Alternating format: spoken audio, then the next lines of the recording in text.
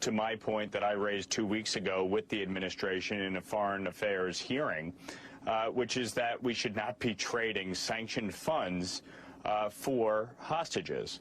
Obviously, in this instance, we traded those folks that we had been holding in exchange for hostages.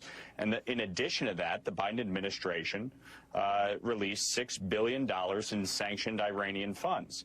The problem is, Jen, when you do that, money is fungible. And so Iran is able to shift other resources that it otherwise would not have been able to do to help fund terrorism. They are the greatest, with all due respect, Jen, I'm going to stop you right there, Congressman, because what you just stated is inaccurate. The funding, Congressman, the funding does not go to Iranian hands. It goes to approved third-party vendors who provide humanitarian support. I did want to ask you, though, Congressman, because the Trump administration also... with all due respect, Jen, with all due respect, you're not listening to what I just said.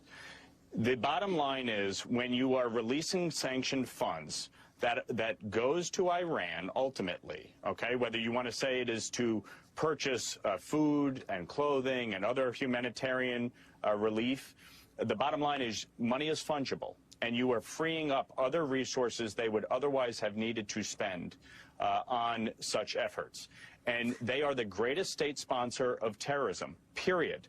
And we just have a difference of opinion on how they should be handled. I believe this administration has been weak when it comes to Iran. I think they have tried to appease Iran. They have also tried to force Israel, when it comes to Saudi Arabia, to acquiesce to the Palestinians. And I'm sorry, the Palestinians are still engaged in pay to slay. We just held a hearing on this 2 weeks ago. And the administration has been very weak on enforcing the Taylor Force Act.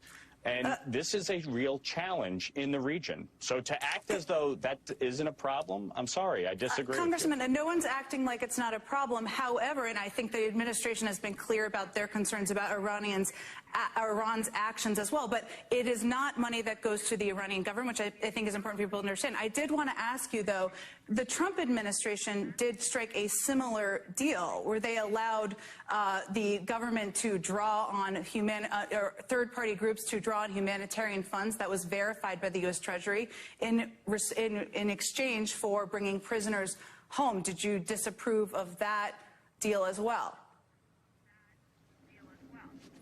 Well, the bottom line at all times in our government is we should not be sanctioning funds and then releasing those sanctioned funds.